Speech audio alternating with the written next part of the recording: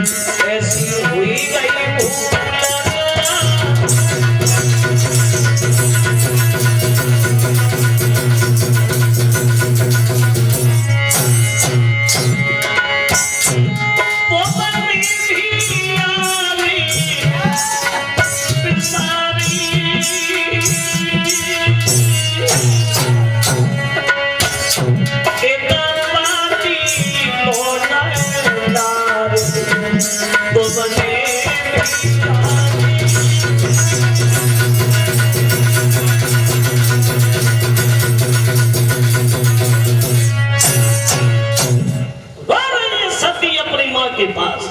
अब मां के पास से उठी और सती जहां यज्ञ कुंड बना वहां पहुंच गई अंदर। क्या देखा सती ने? सब देवताओं का तो भाग है, लेकिन शंकर जी का कोई स्थान नहीं है। जो सती ने अपने पति का अपमान देखा तो सती से रुका ही नहीं गया। यज्ञ कुंड के पास खड़े होकर के सती जी चीखने लगी, चिल्लाने लगी, देवताओं बड़ा गलत किया तुमने, जो तुमने हमारे पति का अपमान किया। और एक पतिव्रता स्त्री अपने पति का अपमान कभी सहन नहीं कर सकती। अब मैं जिन्ना अपने पति के पास घर वापस लौट के नहीं जाऊंगी। यज्ञ कुंड के पास खड़े होकर के सती जी आवाज लगाने लगी, देवताओं ए पवन, चलते चलते अगर कैलाश पर्वत पे पहुंच जाना तो मेरे पति से ये कहना, भोले बाबा से खबर देना कि सती जी अपने पिता के घर पे मरी गई। और रोती सती जी बोली,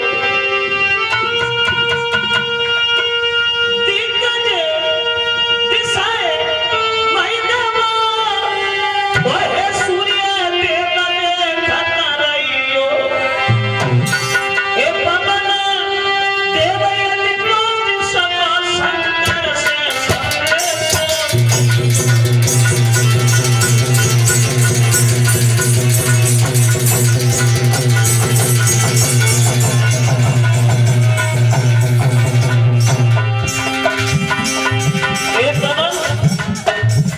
चलते चलते कैलाश पर्वत पे पहुंच जाना तो ये कहना कि सती जी अपने पिता के घर पे मरी गई।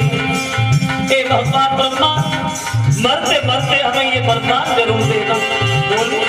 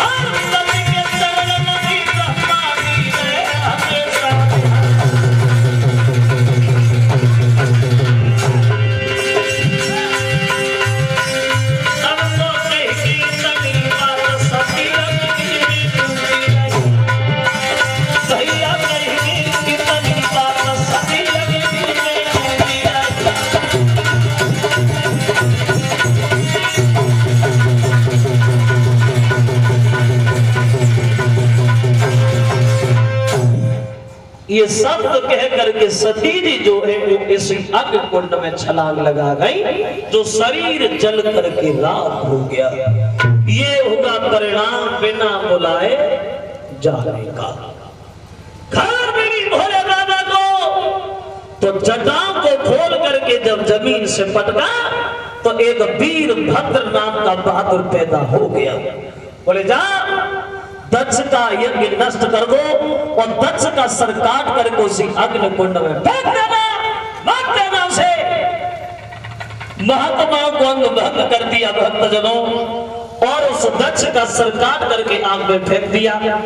देवता लोग भोले बाबा से हाथ जोड़ के कहने लगे, महाराज माफ करना, अपने क्रोध को शांत करो और दक्ष को जिंदा करो।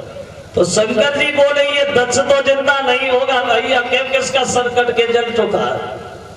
बोले कोई उपाय? बोले हाँ एक उपाय तो है। जो यज्ञ में चलने को बकरा आया था उस बकरे का सर काट के इसके लगा दो तो ये दोबारा जिंदा हो जाएगा। ऐसा ही होगा।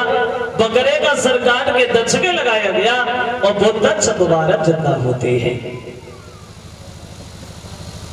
इससे हमें एक शिक्षा मिलती है, इससे हमें एक प्रेरणा मिलती है। हर मां बहन का ये धर्म बनता है, अपने पति की बात माने, बिना पूछे कदम आगे नहीं रखे। अगर सती जी भोले बाबा की बात मानती तो शायद ये दिन उनकी जिंदगी में देखने के लिए नहीं आता। एक विनती हमारी सभी माता बहन